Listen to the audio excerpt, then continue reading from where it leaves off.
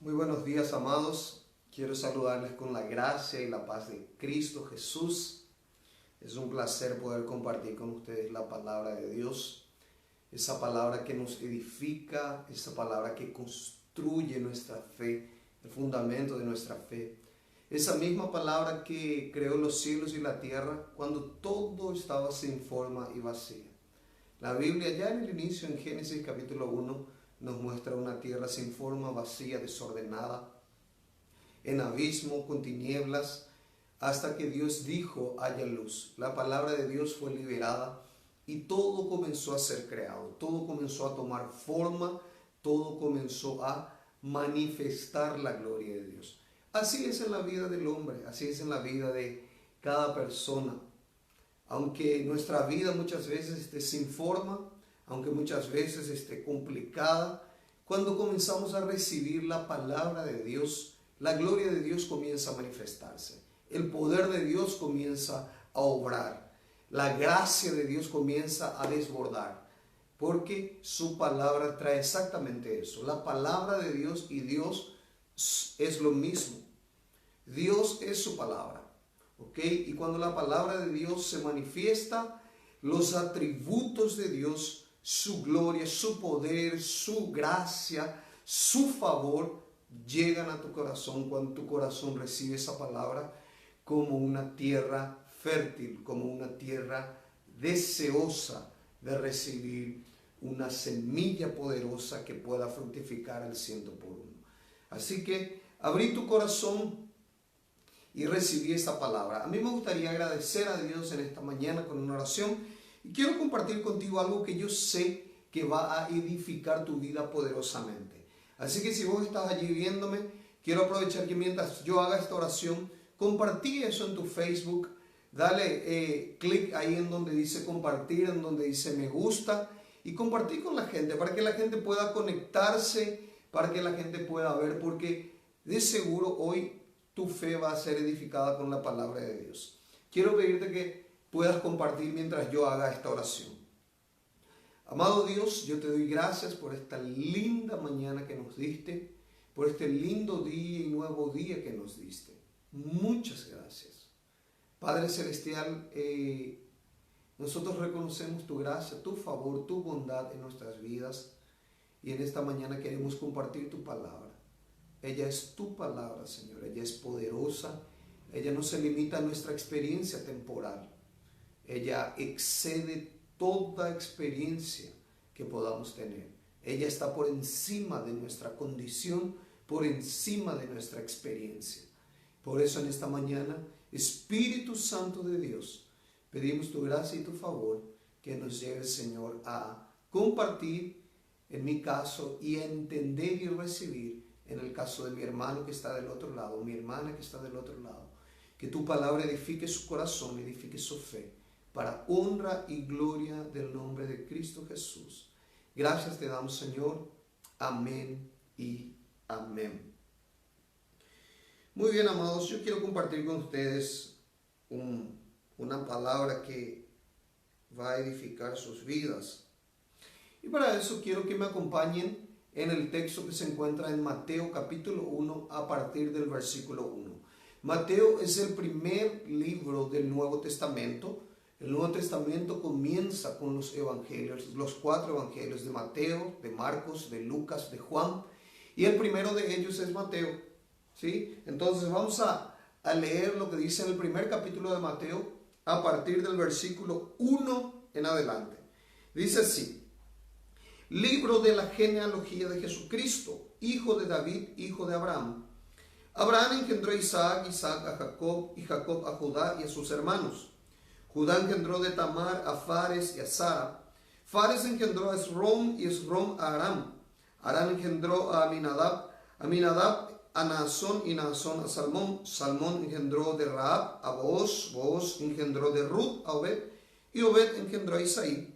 Isaí engendró al rey David, y David engendró a Salomón, del que había sido mujer de Urías. Salomón engendró a Roboam, Roboam a Abías, Abías a Asa, Asa a Josafat, Josafat a Jorán y Jorán a Usías. Usías engendró a Jotam, Jotam a Acaz y Acaz a Ezequías. Ezequías engendró a Manasés, Manasés a Amón y Amón a Josías. Josías engendró a Jeconías y a sus hermanos durante la deportación a Babilonia. Después de la deportación a Babilonia, Jeconías engendró a Salatiel, Salatiel a Zorobabel, Zorobabel engendró a Abiud, Abiud a Eliaquín, Eliaquín a Azor, Azor engendró a Sadoc, Sadoc a Aquín y Aquín a Eliud, Eliud engendró a Eleazar, Eleazar a Matán y Matán a Jacob. Jacob engendró a José, el marido de María, del cual nació Jesús, llamado el Cristo.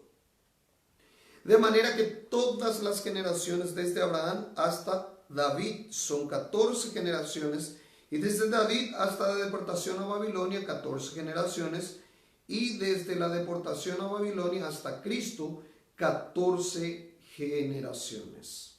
Amén. Amados, acabamos de leer la genealogía de Jesucristo. La genealogía de Jesucristo, o mejor dicho, todas las veces que encontramos textos de genealogías, esa genealogía llena de nombres, llena de personas, nos está mostrando la historia de aquella persona. Nos está mostrando que la historia de aquella persona ya tuvo un origen antes de que ella participe de esa historia. Nos muestra que nuestra vida no comienza necesariamente con nosotros, sino que existen antecesores, personas que vinieron antes de nosotros, que ya fueron construyendo una historia, que ya fueron percorriendo un camino, que ya fueron caminando en la vida antes aún de que nosotros formásemos parte de esa historia. O sea, la genealogía en la Biblia, así como acabamos de leer la genealogía de Jesús, nos muestra entonces la historia de la cual Jesús formaría parte.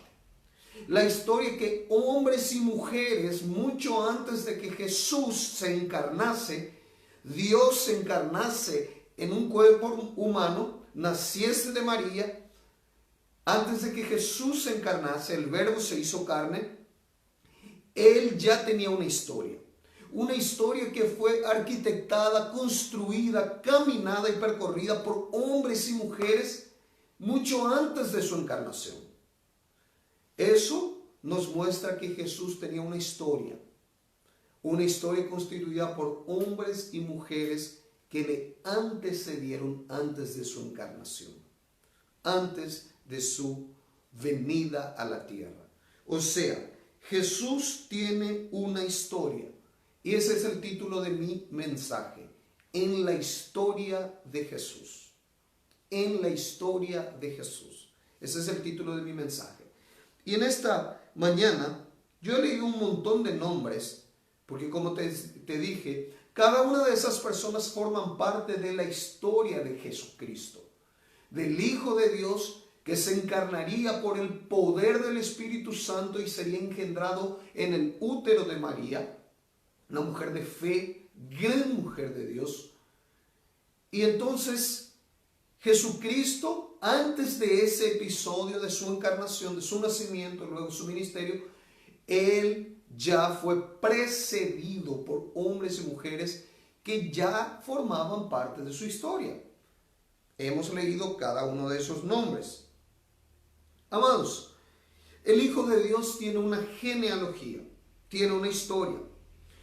Y en su historia vos y yo podemos admirar la humildad de Dios. Podemos admirar la gracia de Dios. Amados, yo siempre digo lo siguiente: si vos y yo tuviésemos que tal vez el poder de elegir quiénes formarían parte de nuestra historia, antes de nosotros o después de nosotros, tal vez elegiríamos lo mejor. Si pudiésemos recibir una herencia de nuestros antecesores, tal vez elegiríamos lo mejor. Tal vez no elegirías no pondrías parte de tu herencia una enfermedad hereditaria. Tal vez arrancarías de tu herencia. Tal vez si pudieses elegir, no elegirías que en tu historia formase parte de algunas tragedias que acontecieron en tu familia, algunas adversidades, algunas dificultades, algunos tal vez vicios, algunas cosas que Al mirar la historia de tu familia tal vez te duelan, tal vez te causen algún sentimiento de tristeza, tal vez no lo elegirías. Tal vez si pudieses cambiar eso, lo cambiarías.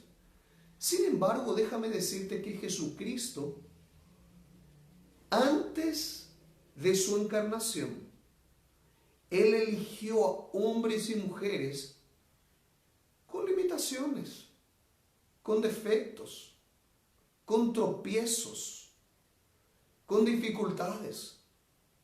O sea, si miramos la historia de Jesús, Jesús no eligió a hombres y mujeres extraordinarios, sobrenaturales, para que formasen parte de su historia. Porque es más, si lo pudiese elegir, no los encontraría, porque no existe tal cosa. Jesús eligió hombres y mujeres, Dios eligió hombres y mujeres simples, pero con actitudes de fe. Hombres y mujeres sencillos, que percorrieron esta peregrinación de la vida, con errores, con aciertos, con virtudes, con defectos. O sea, si el propio Jesús forma parte o eligió a hombres y mujeres que formasen parte de su historia, el Hijo de Dios, y no se avergonzó de ellos, no los quiso ocultar, sino que por el contrario tuvo la honra de hacerlos formar parte de su historia, vos y yo también formamos parte de la historia de Jesús. De eso se trata el mensaje de hoy. Yo quiero enfocarme en eso, en la historia de Jesús. Tal vez vos y yo también tenemos una historia. Provenimos de una familia. Recibimos una herencia. Tal vez haya cosas que te gusten de esa herencia y tal vez haya cosas que no te gusten, que tal vez lo borrarías, lo quitarías. Pero quiero decirte que la historia de tu vida no se trata de las perfecciones y de la gloria que pueda haber en tu pasado. Se trata de que aún todas las cosas que formaron parte de tu historia, de tu familia, puede contribuir para tu crecimiento. Puede contribuir para tu historia que está siendo escrita sobre la tierra. Así que nunca te avergüences de dónde has provenido, de dónde viniste, o de los episodios tristes, trágicos que tal vez acontecieron contigo, con tu familia. No te avergüences y nunca uses eso para victimizarte. Nunca uses eso para sentirse una víctima y usar como excusa en tu vida. Al contrario, usa lo que te aconteció como un trampolín para ir adelante, para ir al frente, dando gracias a Dios. En la historia de Jesús, vamos a ver qué encontramos nosotros en la historia de Jesús. Vamos a ver qué encontramos en la historia de Jesús. Dios había hecho una promesa ya desde Génesis 3:15, cuando Adán y Eva pecaron comiendo del fruto prohibido del árbol del conocimiento del bien y del mal. Se habían vestidos con ropas de higuera para cubrir su desnudez con justicia propia. Dios mató un animal inocente, derramó sangre inocente y vistió con las pieles de ese animal a Adán y a Eva, enseñándoles que el pecado debería ser pagado con sangre inocente, que la salvación no podría venir por obras de justicia propia, por el propio hombre, sino que la salvación tendría que venir por un inocente que muriese en lugar de los pecadores. Ese episodio allá en el Edén, cuando Dios mata al animal inocente y viste a Adán y Eva, ya estaba anunciando que 4000 años después de Adán vendría Jesús, el Hijo de Dios, de quien estamos hablando hoy, y vendría a morir en la cruz como un cordero, mudo, sin mancha, sin defecto, inocente, muriendo por la descendencia de Adán.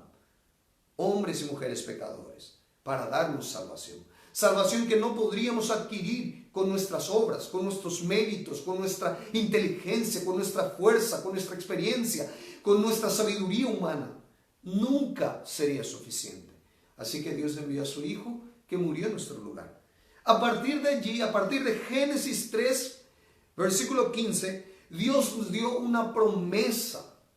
Y esa promesa decía que de la descendencia de Adán, provenida de Eva, vendría un hombre que vencería a la serpiente, a Satanás. Ese descendiente de mujer se refería a Jesucristo. Solo que 4000 años de distancia hay entre esa promesa hecha por Dios y la venida de Jesús. Y en esos 4000 años de historia, Dios eligió a hombres y mujeres que formaron parte de esa historia hasta la venida de su Hijo. O sea, Jesús tuvo una historia. Jesús contó con personas que contribuyeron con sus vidas para estar dentro de la genealogía de Jesús, dentro de la historia de Jesús. Y yo quiero resaltar aquí rápidamente 6 cosas que encuentro en la historia de Jesús.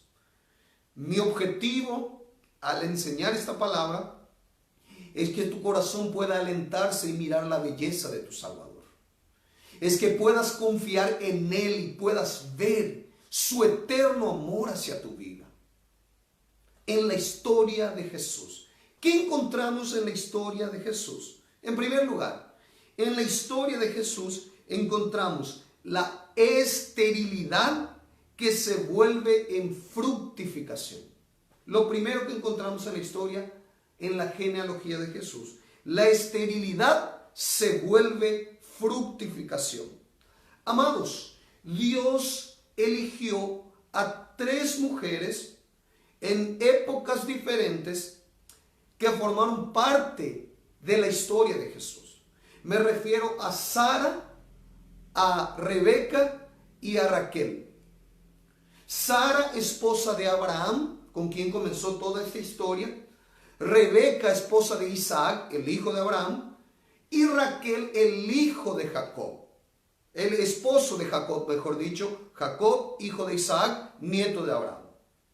Amados, Dios había prometido a Abraham que de él saldrían reyes, que de él saldría una nación incontable como la arena de la playa, del mar. Solo que este hombre, además de tener una avanzada edad, estaba con una mujer, con su esposa, que era estéril, que ante los ojos humanos, ante la perspectiva natural, era incapaz de reproducir.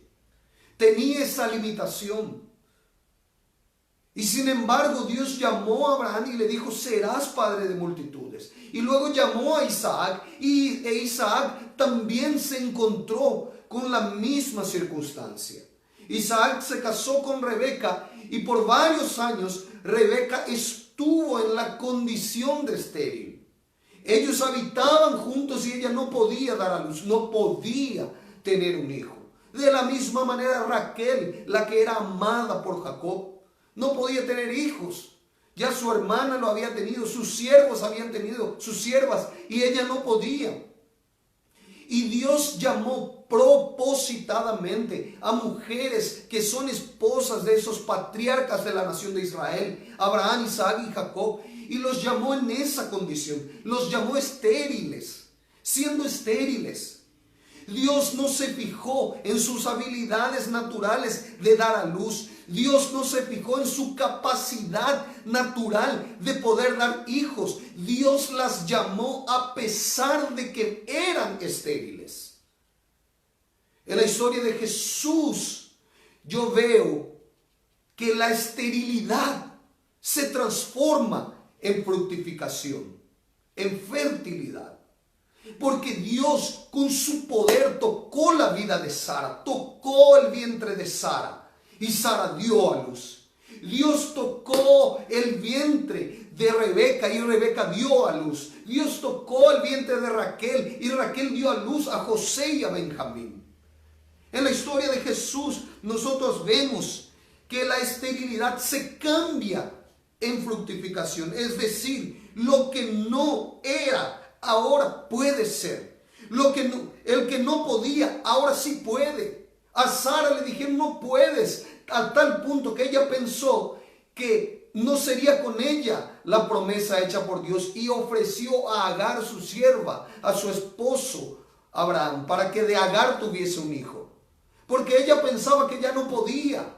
Pero en la historia de los que forman parte de la historia de Jesús, aquel que no puede, Dios te dice, sí puedes. No se trata de tu habilidad y tu capacidad. Se trata de que si Él te llamó, Él es poderoso para aunque te dijeron que eres estéril, Él te dice, eres fructífero. El que no era tenido en cuenta ahora sí forma parte. Raquel, ella, mientras todas ya tenían hijos, ella no podía, ella no conseguía, ella no formaba parte de las que habían dado hijos a Jacob, hasta que el poder de Dios vino sobre Raquel. Y la que no formaba parte ahora sí formaba parte. Ninguna de tus limitaciones impiden a Dios. En la historia de Jesús, yo veo que la esterilidad se transforma en fructificación. Tal vez en algún área de tu vida te sientas estéril, sin capacidad de producir, sin capacidad de dar frutos, sin capacidad de poder avanzar. Tus habilidades no alcanzan, tus recursos no alcanzan, lo que produce tus manos no alcanzan. No importa. Los que forman parte de la historia de Jesús, no se trata de nuestras cualidades, se trata de su poder en nuestras vidas. Cuando su poder toca tu vida, cuando su gloria alcanza tu vida, la esterilidad quedará atrás y la fructificación formará parte de tu vida. La esterilidad será transformada en fructificación. En Marcos 5:36, Jesús le dijo a un hombre principal de la sinagoga llamado Jairo, le dijo, oyendo lo que se hablaba, dijo al oficial de la sinagoga, no temas, cree solamente. Jairo estaba perdiendo a su hija. Había ido a buscar a Jesús para que orase por su hija de 12 años que estaba gravemente enferma. Cuando van en camino a su casa, sus siervos vienen y dicen, tu hija murió, ya no molestes al maestro. Jesús inmediatamente toma a Jairo y le dice, no temas, cree solamente. Cree solamente. Cuando formamos parte de la historia de Jesús, aunque nos veamos como estériles, Él te dice, no temas, cree solamente. Cree y mi poder se perfeccionará y te llevará de estéril a fructífero. La segunda cosa que yo veo en la historia de Jesús es que la vergüenza se transforma en honra y gloria. La vergüenza se transforma en honra y gloria. En la historia de Jesús, nosotros vemos a 5 mujeres mencionadas: a Tamar, a Rahab, a Ruth, a Betsabé y a María, la madre de Jesús. Y nosotros vemos algo en común en estas mujeres. Vemos que a través de la vida de estas mujeres, a quienes Dios colocó dentro de la genealogía de Jesús, dentro de la historia de Jesús, la vergüenza fue transformada en honra y en gloria. Déjeme explicarle mejor. O sea, cuando formamos parte de la historia de Jesús, lo que aparentó ser vergüenza, Él lo transforma en honra y gloria. Es decir, lo que estaba sin forma, Dios puede dar forma. Lo que estaba vacío, Dios puede llenarlo de gloria. ¿Se recuerdan de la tierra en su primer estado, en Génesis 1, 2? La tierra sin forma, la tierra vacía, la tierra desordenada. Hasta que Dios comenzó a hacer su obra. Y lo que estaba vacío comenzó a llenarse. Lo que estaba sin forma comenzó a tener una forma maravillosa. O sea, no importa si tu estado y mi estado anteriormente haya sido un estado de vergüenza, un estado de tristeza, cuando formamos parte de la historia de Jesús, cuando creemos en el poder del Salvador, no importan los episodios que te causaron vergüenza, si estás en Cristo, si formas parte de su historia, esa vergüenza será transformada en honra, esa vergüenza será transformada en gloria.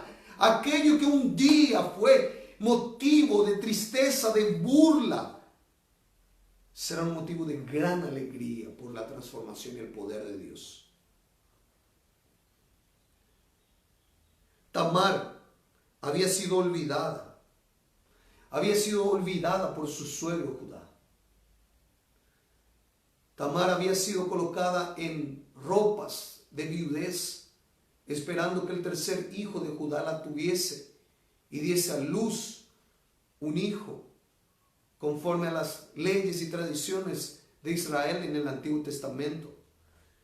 Y Judá se olvidó de ella, hasta que un día, cuando Judá estaba percorriendo por algunas regiones, él llega hasta donde estaba Tamar, que estaba vestida con ropas de prostitución. Judá se llega a ella sin saber que era ella y le deja entonces su anillo, su bordón, su bastón, su sello como pago, hasta que trajese el verdadero pago, que era un animal. Y Tamar resulta embarazada de esa situación. Judá, al saber eso, se queda enojado porque lo ve como deshonra y manda a llamar a Tamar para matarlo, para apedrearlo. Hasta que en ese momento, segundos antes de su muerte, de ser apedreada, Tamar dice: el padre de esta criatura es el hombre dueño de este bastón, que era el propio Judá. Judá vio la maldad que él había cometido y dice: ella es más justa que yo. Y Tamar da a luz a Fares, aquel que irrumpe, aquel que abre caminos. Da a luz a Fares, que significa aquel que irrumpe. Eso significa que aquella que había sido avergonzada, ahora, Dios había llenado de gloria, de honra. Dios había mostrado su justicia. Aquel episodio de su vida que causaba vergüenza de la viudez, ahora estaba llena de gloria. La casa de Rahab, una prostituta en el tiempo de la conquista. Su casa había sido conocida como casa de prostitución. Ella recibió a los espías enviados por Josué. Y los espías le dijeron: cuando nosotros volvamos, coloca una tela de color de grana en tu ventana, para que cuando el ejército israelita vea aquella señal, no cause destrucción a tu casa, y todos los que estén en tu casa serán salvos y preservados por nosotros. Ella vivía en los muros de Jericó, la primera ciudad que sería conquistada por los israelitas en el tiempo de la conquista. Antes de ese episodio, la casa de Tamar, la casa de Rahab, era una casa de prostitución, era una casa de vergüenza. Era una casa que causaba tristeza a los familiares de Rahab. Pero ella había recibido a los espías, había creído en el poder del Dios de Israel y había dicho: por favor, cuando ustedes vengan a conquistar, porque yo sé que Dios ya les ha entregado en sus manos la ciudad de Jericó, y cuando eso acontezca, por favor, guarden mi vida, ténganme en cuenta. Y ahora la casa de aquella mujer, la ex casa de prostitución, la ex casa de vergüenza, se transforma en casa de salvación. Porque en la historia de Jesús está Rahab, y Rahab nos muestra que la vergüenza antigua será transformada en honra. ¿Cuántas veces vos y yo tal vez fuimos causa de vergüenza? Fuimos causa de episodios que traen tristeza, vergüenza, mancha tal vez el nombre, la historia de nuestra familia. Hasta que un día Jesús toca nuestras vidas y la vergüenza se transforma en honra. Cambia la historia. Cambia el panorama de nuestras vidas. En la historia de Jesús está Tamar. La vergüenza fue transformada en honra. La que fue avergonzada, Betsabé, la otra mujer, dio a luz al rey más sabio de la historia, llamado Salomón. Betsabé había sido llamada por David, el rey, y ella fue sin culpa, porque cuando el profeta Natán trae la palabra a David, trata a Betsabé de una inocente oveja. No podía negarse al llamado del rey. Y Betsabé entonces es llamado por David. David la toma íntimamente. Ella queda embarazada siendo mujer de otro. Y allí David manda llamar a su esposo, luego mata a su esposo y David lo toma por mujer. Ella había sido tremendamente avergonzada. Era un episodio triste. Era un episodio en el que los que estaban en el palacio del rey sabían que ella había sido mujer de Urías. Pero ella era inocente. E inocentemente había sido avergonzada, manchada. Hasta que un día, como ella formaba parte de la historia de Jesús, Dios decide transformar su vergüenza. Y ella da luz al rey más sabio de Israel, al rey Salomón. Gran rey Salomón. Aquí vemos que en la historia de Jesús, los que forman parte de su historia, aunque hayan sido tocados por la vergüenza, serán transformados en gloria y en honra a esa vergüenza. María, la que sería abandonada por su propio esposo José, que ya lo desposó, ya era una especie de casamiento, porque pensó que se había embarazado de otro y no quería difamarla ella y prefería él salir, abandonar. Ella dio a luz al Hijo de Dios, la que sería abandonada, la que sería dejada por su propio esposo. Fue honrada por Dios, fue favorecida por Dios. En la historia de Jesús, la vergüenza se transforma en honra y en gloria. Por eso dice Santiago 4:6, Él da mayor gracia. Por eso dice, Dios resiste a los soberbios y da gracia a los humildes. Dios da gracia a los humildes. Dios da gracia a los humildes. Entonces, si somos humildes, y humildad es una actitud de corazón, no tiene nada que ver con condición económica. La gente confunde, asocia humildad con pobreza, con miseria. Dicen, qué humilde es esa persona. Humildad no tiene que ver nada con la condición financiera de la persona. Humildad es una actitud de corazón. Uno puede encontrar una persona extremadamente pobre y ser extremadamente orgullosa. Y puede encontrar una persona muy pudiente, muy rica y ser extremadamente humilde. No tiene nada que ver con la condición financiera. Humildad es una actitud de corazón. Cuando somos humildes, Dios da gracia. La tercera cosa que yo encuentro en la historia de Jesús es que la división produjo preservación. La división produjo preservación. Dentro del texto que he leído en Mateo 1, del versículo 1 al 17, nos muestra un tiempo en que la nación de Israel fue deportada a Babilonia. La nación de Judá fue deportada a Babilonia. O sea, un tiempo en la historia de la nación de Israel, el pueblo del cual saldría Jesús, el Salvador, de quien estamos leyendo su historia, un día fue deportada y llevada, fue quitada de su tierra y llevada a Babilonia. Fue deportada, exiliada. Ese episodio fue uno de los episodios más tristes de Israel. Fue el episodio de tristeza. Fue el tiempo de Jeremías, el tiempo en que Jeremías escribe las lamentaciones que están en la Biblia, en donde se lamenta, donde llora, donde se entristece por la historia de la nación, el pueblo elegido por Dios, el pueblo llamado por Dios, ahora siendo quitado de su tierra y llevado cautivo a Babilonia. Un episodio triste. Sin embargo, ese episodio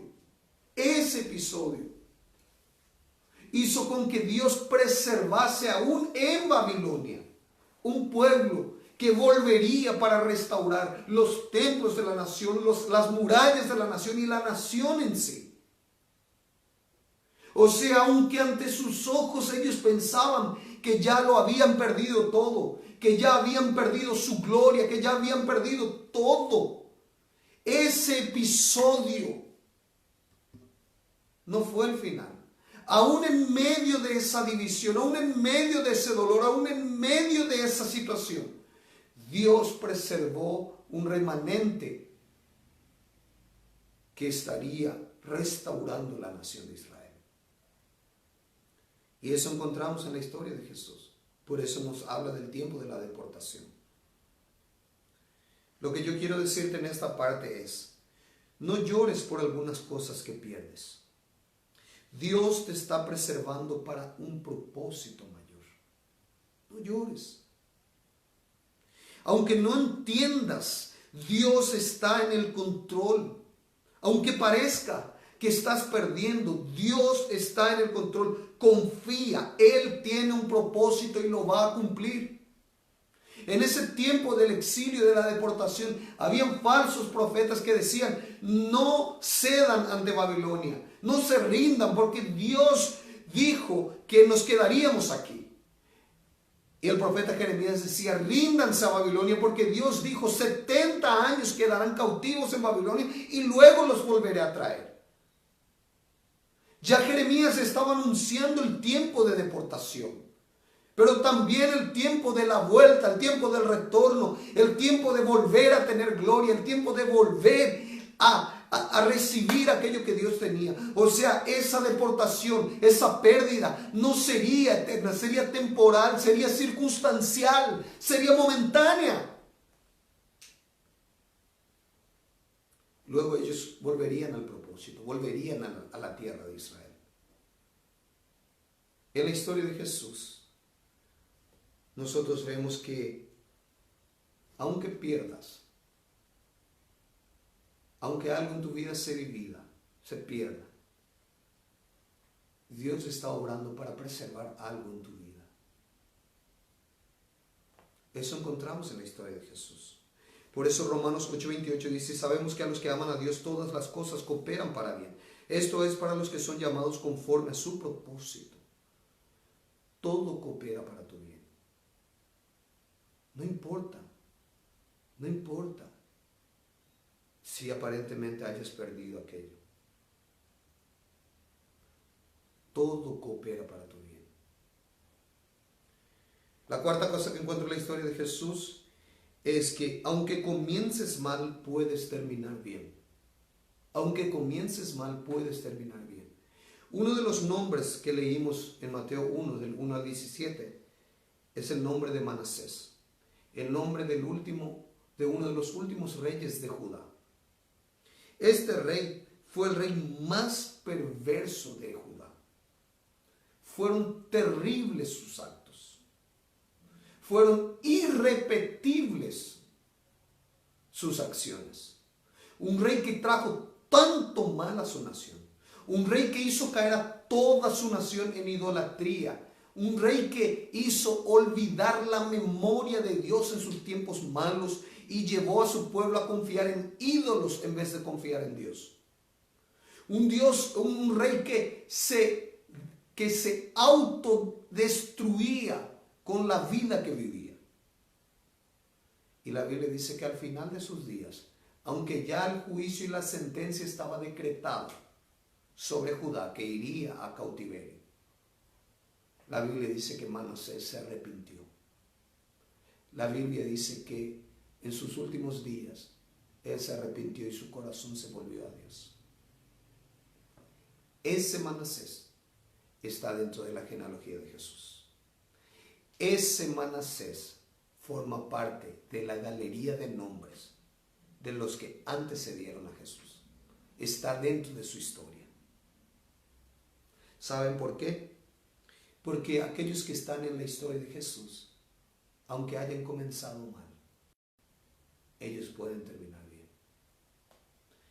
que lo diga Sansón. Sansón fue un juez, un gobernador de Israel, a quien Dios llamó y santificó y apartó desde el vientre de su madre. Lo hizo nazareo, lo separó para Dios, una especie de sacerdote.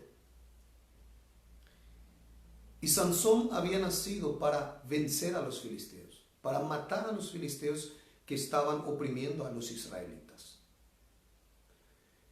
Pero Sansón, en su camino, en una de sus debilidades por las mujeres, él termina rindiendo su fuerza, él termina entregándose, él termina perdiendo su brillo. Y ya en su último día de vida, cuando él iría a morir, siendo una presa de los filisteos, estando encadenado en uno de los templos de los filisteos, siendo objeto de burla por todos. Los filisteos habían hecho una fiesta y él estaba encadenado por los pilares y era objeto de burla de sus enemigos. Allí en ese último instante él le dijo: Dios, devuélveme mi fuerza. Yo nací para vencer a los filisteos. Y parafraseando a Sansón, por más de que en el camino me desvié, por más de que en el camino cambié mis pasos, me enfoqué en lo que no debía, me desenfoqué de lo que sí debía, yo sé que nací para vencer a los filisteos. Por favor, devuélveme esa fuerza. ¿Y saben qué? Dios le devolvió esa fuerza y él echó toda aquella estructura. Y en el último día de su vida mató a muchos más filisteos que durante toda su vida. Porque aunque él había andado mal, él terminó bien. Él terminó en el propósito. En la historia de Jesús hay gracia abundante para los que llegan al trono de la gracia. En la historia de Jesús, tu condición puede ser temporal. Tu posición nunca cambia. Tu condición es la realidad que vives. Tu posición es lo que Cristo alcanzó por ti. Por eso la historia nos cuenta, relatada por Jesús, dice: y el hijo le dijo: Padre, he pecado contra el cielo y contra ti, ya no soy digno de ser llamado hijo tuyo. Pero el padre dijo a sus siervos: pronto, traigan la mejor ropa y vístanle, pónganle un anillo en su mano y sandalias en sus pies. Y traigan el becerro gordo, mátenlo y comamos y hagamos fiesta. La historia del hijo pródigo. Su condición había cambiado. Él se había apartado. Él había empobrecido. Él había gastado todo. Él estaba en condición paupérrima de tristeza. Y de repente, él vuelve a su padre y dice: ya no soy digno ni siquiera de ser tu hijo. Él pensaba que por sus errores podía perder su posición de hijo. Él pensaba que porque su condición había cambiado, su condición era el momento en que vivía, él pensaba que porque su condición era vergonzosa, su posición también debía ser. Cuando él llegó a su padre con esa historia, su padre ni le escuchó. Le habló a los siervos y le dijo: tráiganle la mejor ropa, tráiganle un anillo, tráiganle sandalias y maten el becerro gordo, para que él vista nuevamente como hijo, para que él luzca como hijo, para que él tenga apariencia de hijo y para que se haga una gran fiesta digna de los hijos. ¿Saben por qué? Porque aunque él estaba mal, él podía terminar bien. Si estás mal, si tus caminos se entorpecieron, si desviaste tu corazón, tus ojos de tu Salvador, estás en Cristo. Puedes terminar bien. Puedes corregir tus pasos. Puedes corregir tu enfoque. En la historia de Jesús, la quinta cosa, vemos crecimiento aún en circunstancias adversas. Nosotros vemos que en la deportación a Babilonia, el pueblo creció allá en Babilonia. El pueblo siguió multiplicándose. Aún en ese cautiverio nació el pueblo que sería el pueblo restaurador de la nación de Israel. O sea, aunque ellos estaban en deportación, en cautiverio, en exilio, allí fue formado el pueblo y allí nació otro pueblo que volvió a Israel para restaurar la nación 70 años después. O sea, aún en momentos de circunstancias adversas, Dios generó crecimiento a su pueblo. ¿Qué eso significa? Que en la historia de Jesús, aún en la profunda adversidad, hay crecimiento. O sea, la adversidad en aquellos que forman parte de la historia de Jesús, la adversidad es apenas una oportunidad para manifestar nuestra fe y para crecer.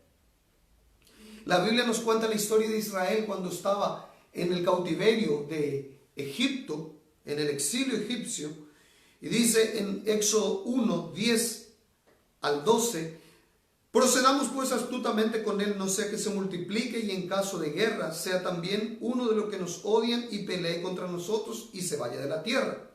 Entonces pusieron sobre ellos capataces para oprimirlos con duros trabajos y edificaron para Faraón las ciudades de almacenaje, Pitón y Ramsés. Pero cuanto más los oprimían, más se multiplicaban y más se extendían, de manera que los egipcios llegaron a temer a los hijos de Israel. Cuando un faraón se levantó, que ya no conocía a José y lo que José había hecho en favor de Egipto, dijo: oprimamos a los israelitas, ellos son muchos, ellos son un pueblo grande, paremos su crecimiento. Y lo oprimían con dura servidumbre para parar el crecimiento. Y el texto de la Biblia dice que cuanto más los oprimían, más crecían. ¿Saben por qué? Porque a los que forman parte de la historia de Jesús, la adversidad, la dificultad, la angustia, la aflicción es apenas oportunidad de crecer. Jesús había dicho: vayamos al otro lado del mar. Y se subió a la barca con sus discípulos. A mitad de camino, una terrible tempestad, una terrible ola que entraba en la barca, causó un miedo desesperante en los discípulos. Despertaron a Jesús y le dijo: levántate porque vamos a perecer. Jesús se levanta, reprende el viento, se aquieta todo, viene la bonanza. Y Jesús le dice: ¿por qué teméis, hombres de poca fe?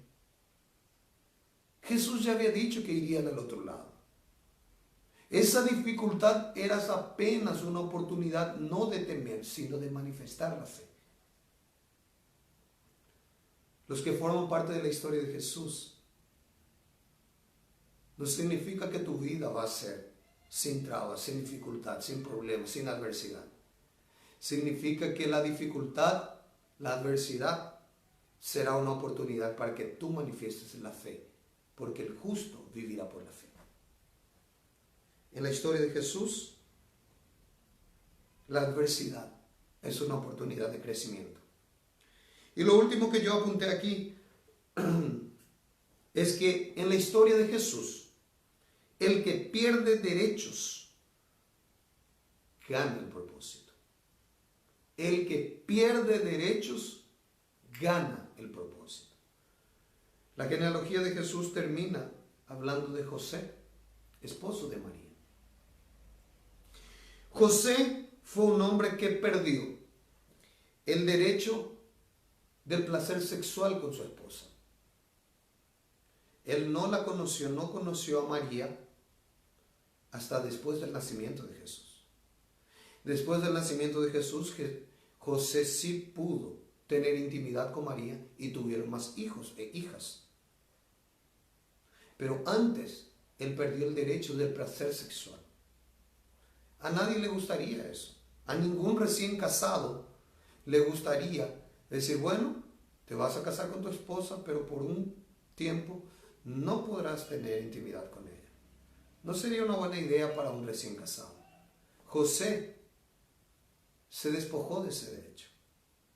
José se despojó del derecho de la virginidad de su esposa. Él no disfrutó de la virginidad de María, porque en el momento en que Jesús nació por el conducto vaginal, María perdió esa virginidad. María perdió ese himen. Y José perdió ese derecho. José perdió ese derecho. José perdió el derecho de ponerle nombre a su hijo, que era algo común. Era algo común de los padres en aquella época. Porque cuando el ángel viene y le habla a María, le dice ya, y le pondrás el nombre de aquel hijo Jesús. O sea, José perdió ese derecho. Pero José ganó el derecho de criar y de ser llamado padre del propio Hijo de Dios. Él ganó el propósito. El mundo nos enseña que el más vivo gana, el más letrado va al frente. El que avasalla, no importando el precio, va a conquistar. Dios nos enseña a ser humildes, a ser mansos, a ser serviciales, pues nuestras victorias no proceden de nuestra estrategia humana basada en nuestras habilidades, sino de cuánto nos rendimos a Él para que su poder se manifieste en nosotros. Muchas veces es cuando perdemos que ganamos. ¿Cómo así, pastor? Abraham ganó a Isaac cuando lo perdió en su corazón, cuando en su corazón estuvo dispuesto a sacrificar a su hijo, a quien Dios le pidió. Él le ganó, le volvió a tener de vuelta. Jacob ganó un nuevo nombre, Israel, cuando perdió la batalla. Yo sé que el ángel le dijo, has luchado con Dios y has vencido. Pero ese vencer al que el ángel se refiere, no se refiere a la batalla física. Porque quien salió perdiendo en esa batalla fue Jacob. Jacob fue descoyuntado. Jacob fue marcado en el encaje de su muslo. Jacob salió con una marca de esa batalla. Jacob perdió. La victoria al que el ángel le decía era la de ganar un nuevo nombre. Pero en realidad cuando él dejó de luchar, cuando él perdió la batalla física, allí ganó un nuevo nombre.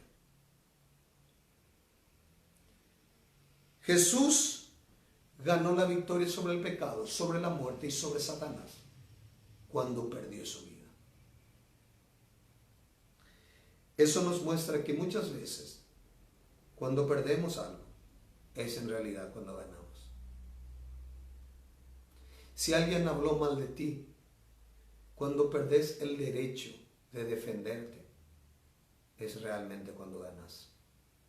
Si alguien te ofendió, cuando perdés el derecho de pagarle con la misma moneda, es cuando ganas. Si alguien piensa mal de ti, te maldice, habla mal de ti, cuando pierdes el derecho de venganza, cuando pierdes el derecho de réplica, de darle con la misma moneda, ojo por ojo, diente por diente, cuando le das la otra mejilla, cuando le das la capa además de la túnica, cuando andas 2 millas además de andar solo una, allí es cuando ganas. Allí es cuando ganas. Jesús dijo, de cierto os digo, que si el grano de trigo no cae en la tierra y muere, él queda solo, mas si muriere, mucho fruto lleva. El que ama su vida la perderá, y el que aborrece su vida en este mundo para vida eterna la ganará. Jesús nos dice, aquel que quiere ganar su vida va a perderla, y aquel que quiere perder su vida por causa de él la ganará.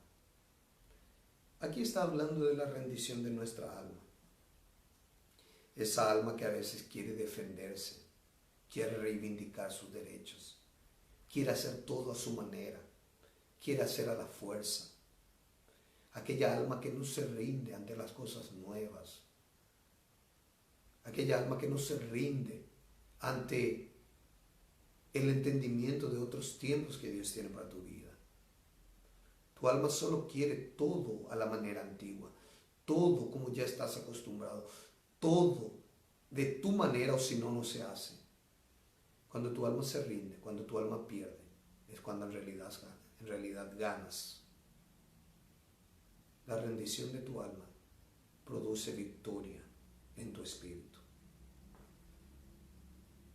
Amados, todos tenemos cabida en la historia de Jesús. No se trata de que tengamos cualidades para formar parte de su historia. No tiene nada que ver con lo que podamos ofrecerle a Jesús o a Dios. Ni cuánto prometamos amarlo. Yo prometo amarte tanto, Señor. De eso no se trata. La vida cristiana se trata del gran amor de Dios. ese amor expuesto en la cruz, ese amor que te salva, ese amor que te hace nacer de nuevo, ese amor que te hace ser partícipe de su misma naturaleza, te justifica, te santifica y te perfecciona. El cristianismo nunca se trató de nosotros, sino de Cristo, de su belleza, de su poder, de su gloria. Y porque estamos en Él, en Cristo. Por eso Pablo ama la expresión en Cristo. Porque estamos en Él, formamos parte de su historia. Él nos eligió, Él nos amó, Él nos dignificó, Él nos glorificó. Él, porque estamos en Él, tenemos vida. El que tiene al Hijo tiene la vida. El que no tiene al Hijo no tiene la vida. Y yo quiero ir concluyendo con este versículo que dice, Jesús dice esto en Juan 6:37. Todo lo que el Padre me da, vendrá a mí. Y al que viene a mí, de ninguna manera lo echaré fuera. Al que viene a mí, de ninguna manera lo echaré fuera. ¿Saben qué significa eso? Que significa que para que llegues a Jesús, Él no coloca ningún requisito. Él no te pide que primero cambies y después llegues a Él. Él no te pide que primero dejes ese vicio y luego vengas a Él. Él no te pide que primero cambie tu actitud y luego llegues a Él. Él no te pide ni siquiera que primero te arrepientas para luego venir a Él. Él te dice, ven así como estás. Y si vienes a mí, jamás te echaré fuera. Si vienes a mí, yo te haré formar parte de mi historia. Leímos la genealogía de Jesús, que muestra sus antecesores, los que vinieron antes de Él y forman parte de su historia. Solo que la historia de Jesús continúa después de la cruz. Ya son sus sucesores los que siguen después de Él, pero forman parte también de su historia. Y allí entramos vos y yo. Y si antes de Él, los que formaron parte de su historia, aunque eran estériles, aunque pasaron vergüenza, aunque tenían limitaciones, aunque no eran de los más dignos, formaron parte, y la belleza del Salvador resaltó la belleza de esos. La misma cosa, vos y yo estamos después de la cruz y formamos parte de su historia, y la belleza de Jesús resalta nuestras vidas, nos hace quedarnos más lindos de lo que somos por causa de Él, por causa de su obra. Yo quiero incentivar tu vida a que vos entiendas que formas parte de la historia de Jesús, a que vos entiendas lo valioso que sos, a que vos entiendas que la vida de Jesús está dentro de ti. No importa si te sentiste estéril, ya sos fructífero. No importa si te sentiste avergonzado, ya sos digno de honra y gloria. No importa si te sentiste como que alguien que pierde, porque en realidad cuando pierde está tu victoria de ganar. Esa es la vida en Cristo. Y yo quiero dejarte esa palabra y quiero orar contigo. Quiero orar contigo, mi hermano. Amado Dios, gracias te damos por ese gran amor con el que nos amaste. La historia, la genealogía de tu Hijo Jesús nos muestra cuán amoroso eres, cuán Dios de gracia eres. Esto siempre se trató de ti, de tu bondad, de tu poder, de tu amor, de tu gloria.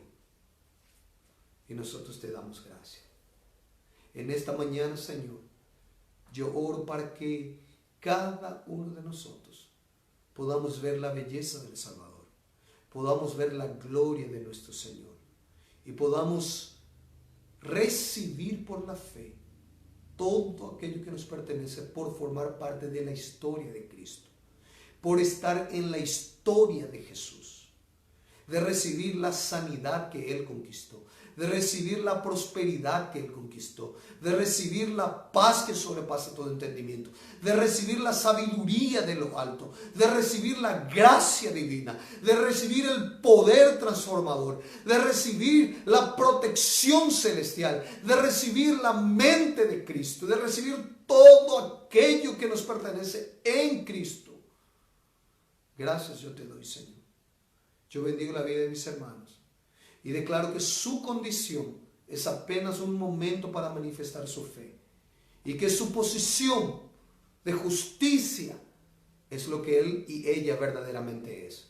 Y oro para que tu Espíritu Santo nos enseñe a vivir a partir de quienes somos, a partir de nuestra posición de justicia, y que nuestra condición sea apenas un momento para manifestar realmente quienes somos en Cristo. Oramos con gratitud, Padre, y lo hacemos en el nombre de Cristo Jesús. Amén y amén.